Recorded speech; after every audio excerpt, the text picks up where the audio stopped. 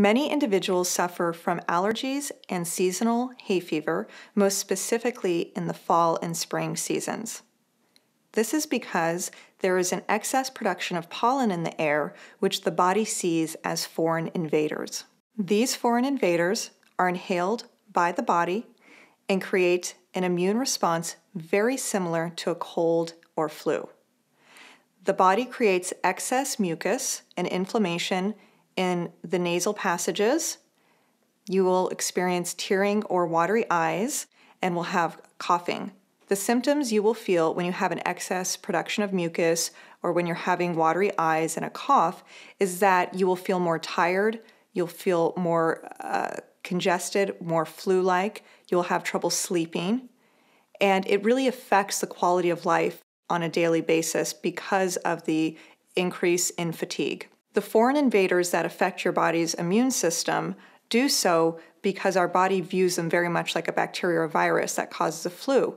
And we attack, so to speak, these foreign invaders by creating excess mucus, by coughing and creating watery eyes so that our body is expelling the pollens rather than ingesting them. People who experience these problems often treat them with conventional drugs such as Benadryl, Allegra, or Claritin. These drugs often treat the symptoms but don't get to the real root of the problem.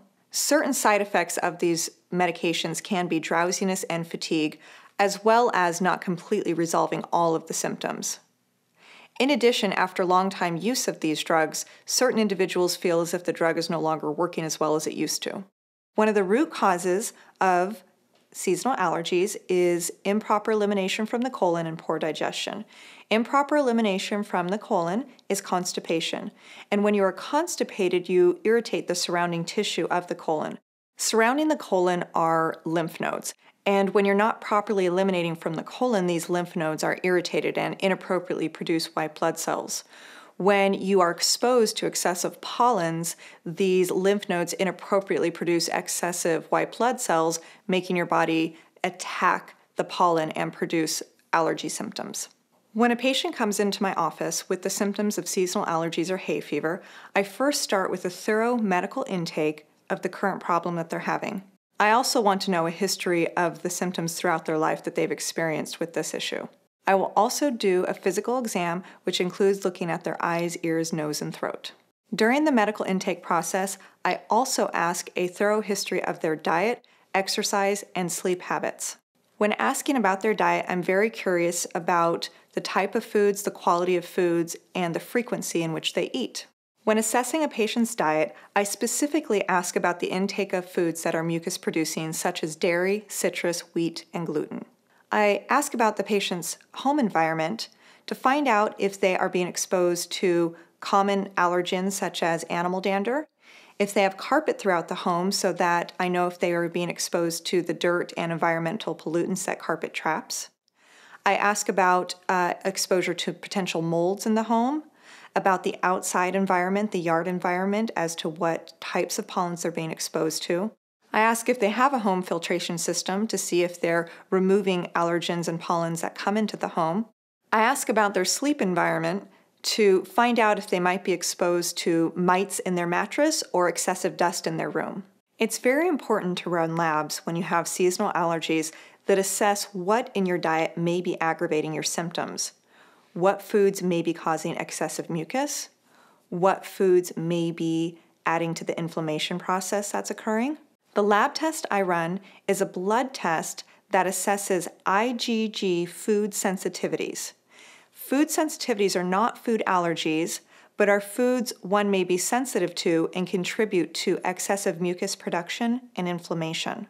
Assessing food sensitivities allows me to determine which foods may be worsening the allergy symptoms.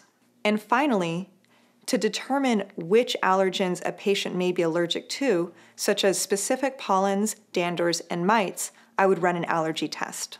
One of the first things I want to do when I see somebody with seasonal allergies is to address their colon health and their diet. By addressing colon health, you increase elimination and decrease the white blood cells response or the immune system's response to pollens. To address the colon and digestive health, I will first begin with dietary changes. Dietary changes I would make would include eliminating foods that produce mucus, inflammation, and slow down the digestive process. Those foods are dairy, wheat, gluten-containing foods, citrus, red meats, soy, eggs, potatoes, and caffeinated products. Whole organic foods, such as those that you find in the produce aisle, are nutrient-dense, reduce inflammation, and improve elimination from the colon. Therefore, I recommend to my patients that they eat these foods every day. I also prescribe several supplements. I begin with digestive enzymes and probiotics. Digestive enzymes improve the body's ability to digest food and the digestive process. Taking probiotics increases the amount of good bacteria in the colon. By increasing the amount of good bacteria in the colon, you improve elimination and the immune system. I'll also prescribe several nutrients that can act as either anti-inflammatory or antihistamine agents. Vitamin C and bromelain are both anti-inflammatory nutrients that can decrease inflammation in the sinus cavities. Quercetin and bioflavonoids are both antihistamines that decrease the body's histamine response. An herb that I often prescribe that is a powerful antihistamine is called stinging nettles. Stinging nettles is so powerful that it can in fact replace most antihistamine medication. The most effective way to use stinging nettles is to begin 6 weeks prior to when allergy season typically begins. A common symptom of seasonal allergies is nasal congestion. To help relieve nasal congestion, you can use a nasal rinse that includes warm water, sea salt, and a small amount of an herb called golden seal. To rinse the sinuses, you use a small syringe or neti pot filled with the saline herb solution. You inject the saline solution into the nose, into one nostril at a time. The saline solution will go up one nostril and come out the other nostril, and with it decrease the mucus congestion and cleanse out any bacterial overgrowth from chronic mucus congestion. I have a high success rate. For the patients who follow my protocol, they have a reduction in symptoms to no symptoms within 2 to 4 weeks, and they stop their anti-allergy meds. However, this does not mean they have a complete reduction of symptoms at their next allergy season. If they continue to work on digestion and remove dietary irritants, they will continue to reduce their symptoms from season to season. If you have allergies, there's a good chance you can eliminate them by doing what I discussed in this video. The supplements and organic food are available at your local health food store. However, if you're not finding that it's working the way you'd like it to, I encourage you to visit a naturopathic doctor to get your own individualized treatment plan.